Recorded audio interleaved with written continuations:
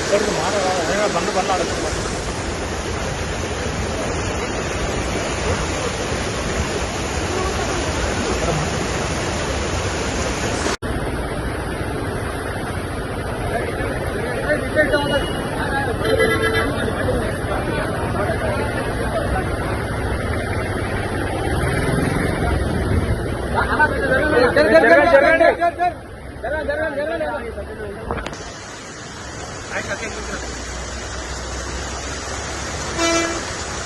మురుగునీరుగా మొత్తం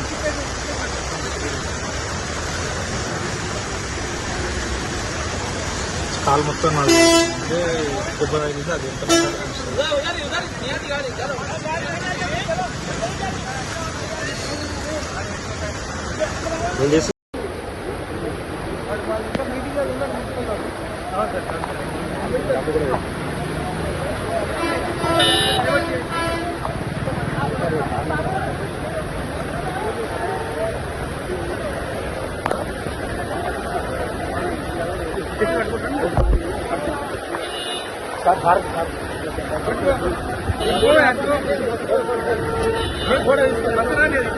డైవర్ట్ చేసింది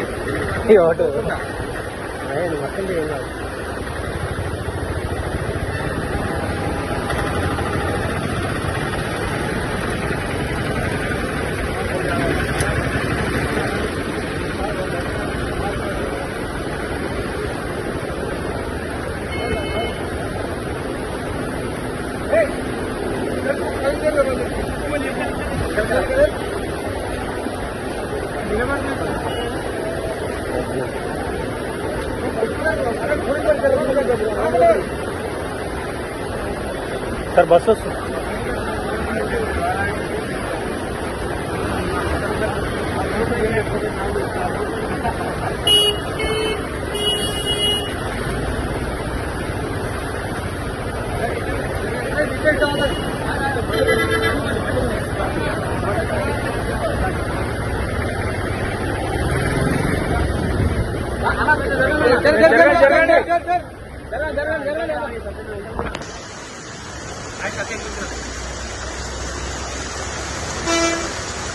మురుగునీరుగా మొత్తం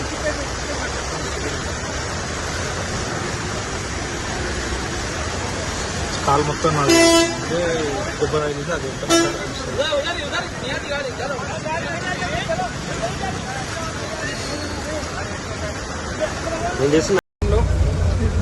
నల్లకుంటని కావాలని చెప్పి ఇష్టం వచ్చినట్టు పర్మిషన్ లేకుండా, ఇరిగేషన్ డిపార్ట్మెంట్ నుంచి పర్మిషన్ లేకుండా మొత్తం తవ్వేసి పక్క నుంచి ఒక డ్రైనేజ్ లాగా క్రియేట్ చేసి దాన్ని ఎటు వదలకుండా రోడ్ల పైకి వదిలేస్తారు.